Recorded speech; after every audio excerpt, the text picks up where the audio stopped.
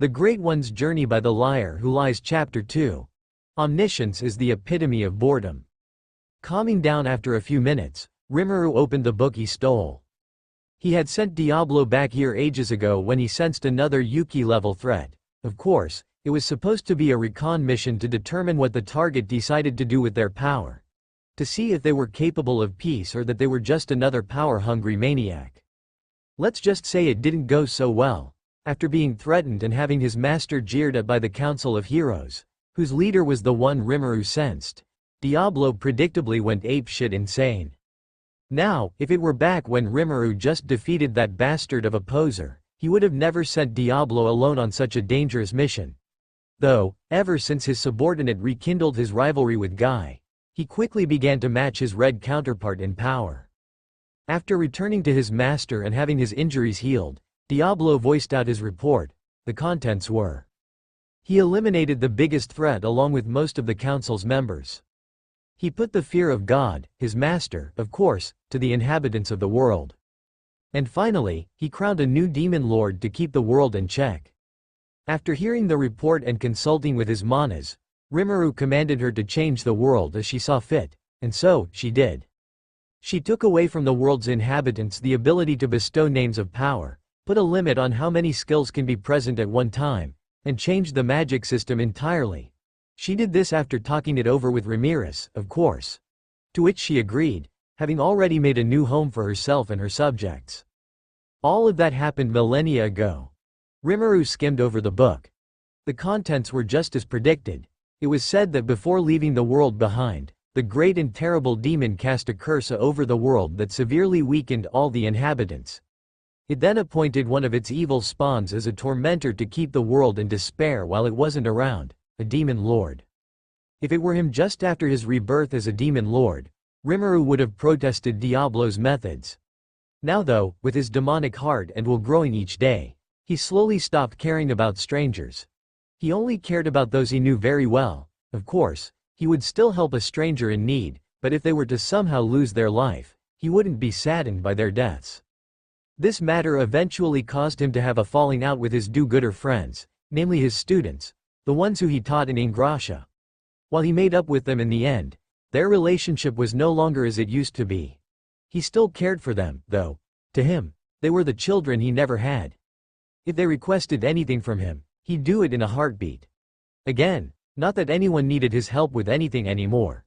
They were just that powerful. Rimuru closed the book. He looked over his attire to see how dusty it was. He then changed into peasant clothing in the era of the medieval ages and wore a grey cloak over it. He was rather sick of grand clothing and needing to abide with the dress code all the time. With all that said, he waited for the explorers to scram before walking out of the ruins.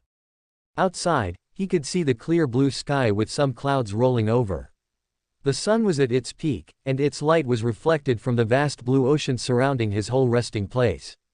Not much had changed here since he first returned. He looked over to the edge of his island and saw a large ship. The crew manning the ship were moving about, hoisting the sails and pulling the anchor. He could hear the expedition group from earlier screaming, "Faster, faster," repeatedly. Well, now that he was alone, he started going for the woods. When he created his temple, he made an entire island along with it. He saw various plants basking under the sun and various animals mucking about. He quickly kicked one of the trees, making it fall over. His first course of action was making tools and creating a means of transportation. Sure, he could have just teleported away, but it was much more fun doing things without relying on his powers, at least not fully. A while later, Rimuru could be seen sitting on a small wooden boat in the middle of the sea. He was currently holding a baken, a Japanese wooden sword, with a rope tied on one end. He was currently waiting for a catch while also searching for anything non-sea related. "Master, I have detected several pieces of land to row over. Would you like me to inform you of their location? And ruin the fun of finding it myself? No thanks." Being able to do anything he wanted got boring sometimes, but instantly knowing about anything he wanted to find out about was the most boring. He continued on, letting the tides carry him until he spotted a ship, a different one, in the distance. He saw several people pointing at him and waving. He waved back.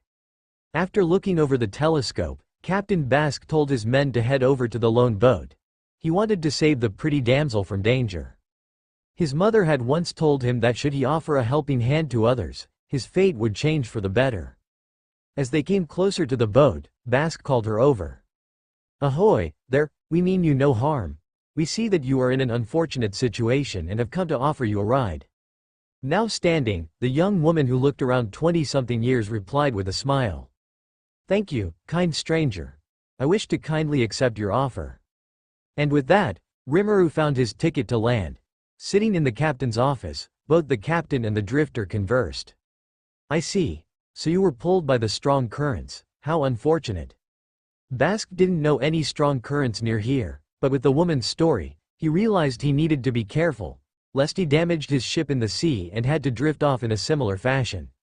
"We are on our way to Rollart Port to place over some of the goods. If you have any place to go before there, we will gladly send you there." The blue-haired woman suddenly grasped one of her hands before placing a silver ring on his table. "I thank you once again, kind sir. I wish to go to Rollart as well, but I am hard-pressed to join you without giving any compensation. Here is a silver ring I obtained from one of my journeys. I don't know how much it sells for, but I hope this can make up for your intrusion." The middle-aged captain took the ring without much hesitation. His father told him that if he were given a gift with no strings attached, he should not deny it. "Thank you for this ring. It should be more than enough to pay for food and a room in this ship." He held out his hand, to which the lone drifter shook. "Welcome aboard, Miss Rimuru." "Just Rimuru," she answered with a smile. Rimuru had gotten used to being called a woman. He had been on that scenario so many times that he stopped caring what other people saw him as. He figured he was too old to be worrying such things. In the end, it proved very useful to him in negotiations. As his power grew, so did his body. He was now a mirror version of Shizu-san with a few differences. For one, he lacked some of her womanly assets, namely the chest. The others were as usual, his hair and eye color. He was currently in one of the private rooms the ship had. "Hey, Seal." "Yes, master? Would you want to travel with me in person?" "I would like to decline that offer, master. Being with you is enough." "All right." Rimuru shook his head and laid down the bed. "Wake me up on time." "Okay. Understood." And with that, he drifted off. Seagulls flew over the bay, cawing along with its brethren. After saying his goodbyes, Rimuru set foot on the wooden platform and walked off to Rollart Port.